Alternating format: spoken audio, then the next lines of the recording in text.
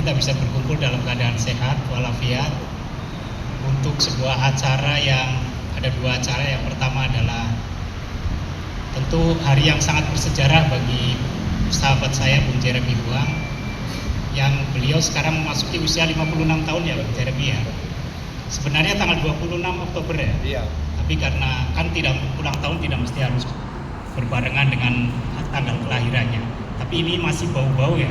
Iya. Jadi berkahnya masih dapat nih yang semua yang hadir pada siang hari ini dari Bung Jeremy. Yang kedua adalah tentang peluncuran buku. Judulnya Empat Penjuru Angin Kita Bersaudara, Ari Jerewong Cirebonku, sing mending baik kita di sedulur dari Cirebon.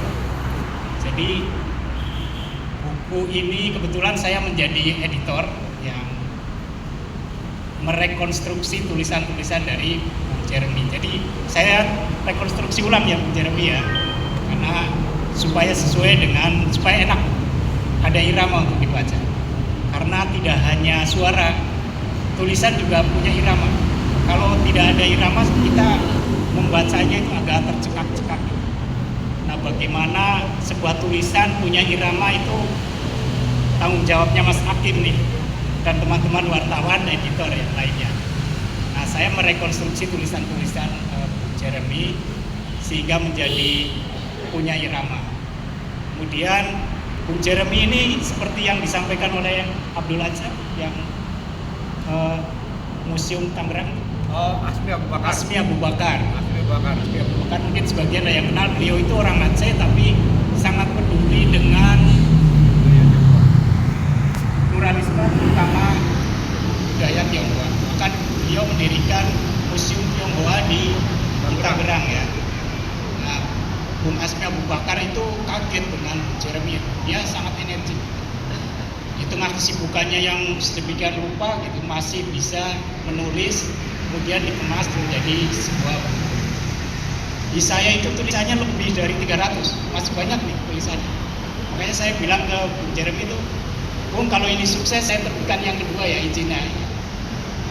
Tulisannya macam-macam, banyak sekali.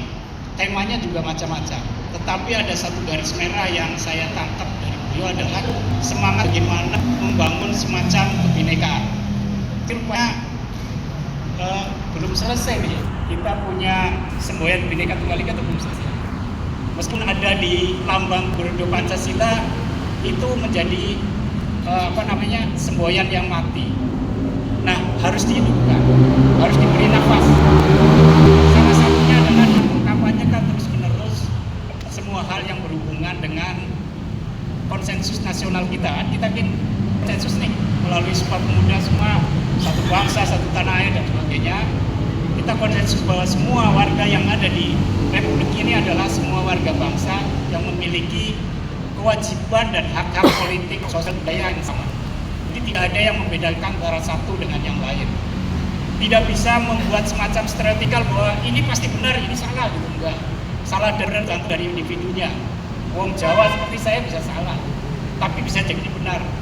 Jeremy Wong Sina bisa aja salah, bisa jadi benar. Jadi melekat pada individunya, bukan stereotipikal bahwa Wong Jawa ini pasti keren atau Wong Cina pasti keren, enggak. Itu tergantung masing-masing pribadinya. Nah, kita ingin meletakkan itu ke dalam satu semangat yang sebenarnya sudah ada di dalam konsensus nasional kita mengenai Bhinneka Tunggal Ika. Nah, ini buku ini bagian dari untuk bagaimana menghidupkan roh itu, roh inklusivitas, pluralisme gitu ya. Nah, kemudian yang kebinekaan itu, keberagaman, pikiran dan sebagainya. Itu banyak sekali temanya Bung Jeremy itu. Ada yang berhubungan dengan keyakinan spiritualnya. Beliau kan pemeluk Kristen kan. Bahkan ada tulisan-tulisan banyak yang berhubungan dengan sejarah Kristenitas ada. Beliau misalnya pada saat Jumat Agung dia menulis, Kamis Putih menulis ya, Hari Besar Paskah. Kemudian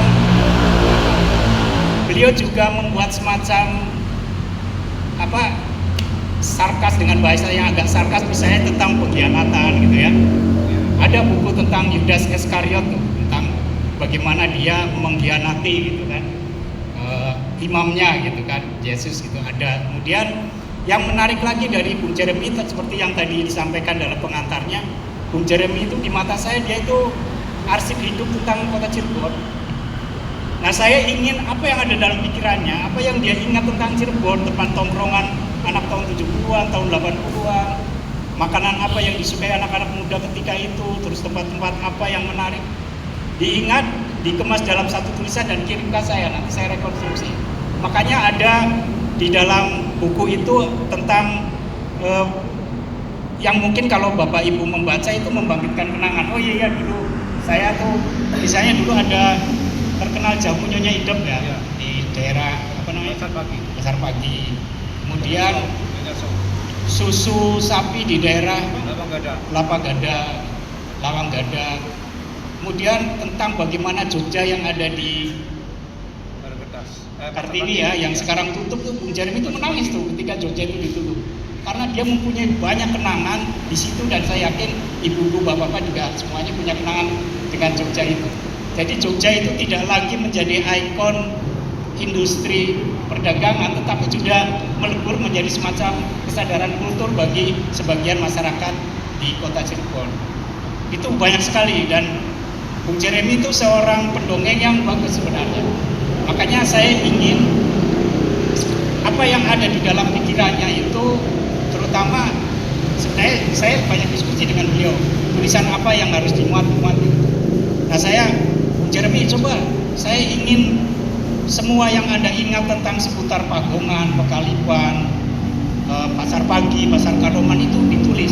Yang dia ingat aja, istilahnya historical receta. Jadi sejarah yang dituturkan gitu.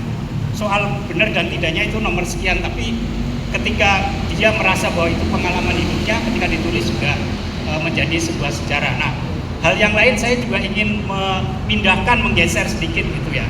Jadi sejarah Cirebon itu tidak mesti harus bicara soal apa sih, seperti Cirebon, di Gede Alang-alang, kemudian tentang itu sudah banyak sekali cerita mengenai itu.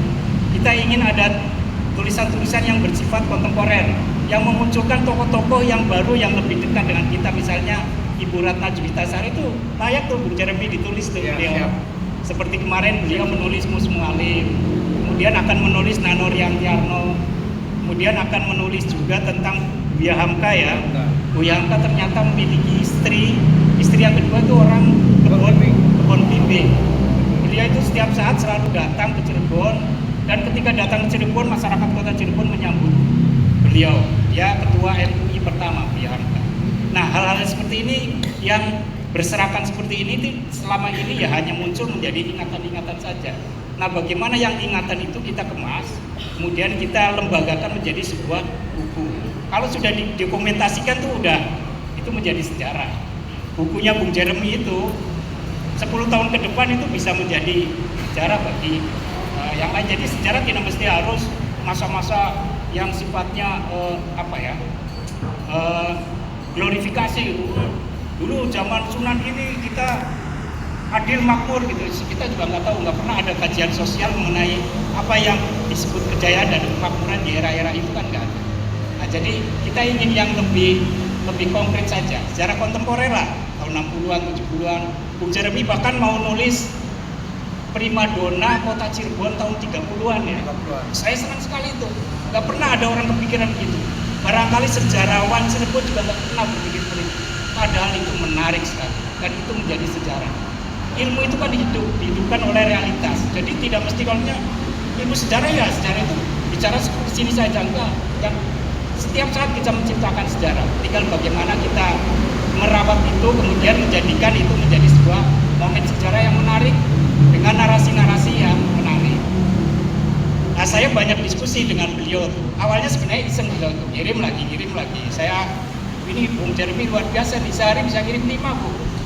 Kadang 2 kan mungkin habis mungkin dengan istrinya ya, lagi dapat rezeki besar, menurutnya banyak gitu.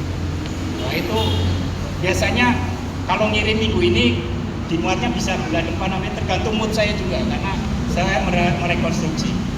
Nah, saya ingin sebenarnya barangkali ibu bapak gitu punya hobi menulis gitu, punya kenangan-kenangan yang unik tentang kota Cirebon, bisa saja dikirim ke Bung Jeremy. Nah, nanti kirim ke saya, nanti kita tulis. Sehingga saya ingin menjadikan sejarah-sejarah kontemporer di Kota Cirebon itu banyak bermunculan gitu. Melalui salah satunya melalui kebetulan saya mengelola portal yang namanya Cirebon Bayar itu. Ini juga sebenarnya proyek pertama ya Bung Jeremy ya, kalau untuk media kayaknya belum ada ya yang saya mengawali lah. Jadi ada satu media yang punya pikiran bagaimana penerbitan sebuah buku itu menjadi sebuah tradisi yang bagus lah, yang bisa kemudian ketika dikemas dalam buku menjadi banyak manfaat, memberi informasi dan menambah pengetahuan untuk Bapak Ibu sekalian. Nah, saya juga mengucapkan selamat ulang tahun Jeremy, tetap semangat, energinya jangan pernah padam. Silakan menulis yang kemarin kita bicarakan juga. Ya tersebut tadi yang disampaikan mengenai apa itu menarik. Jadi kita ingin mengangkat peristiwa-peristiwa kecil yang tidak terpikirkan oleh ibu bapak, padahal itu mengandung historiografis yang cukup menarik, kita kemas dalam sebuah tulisan.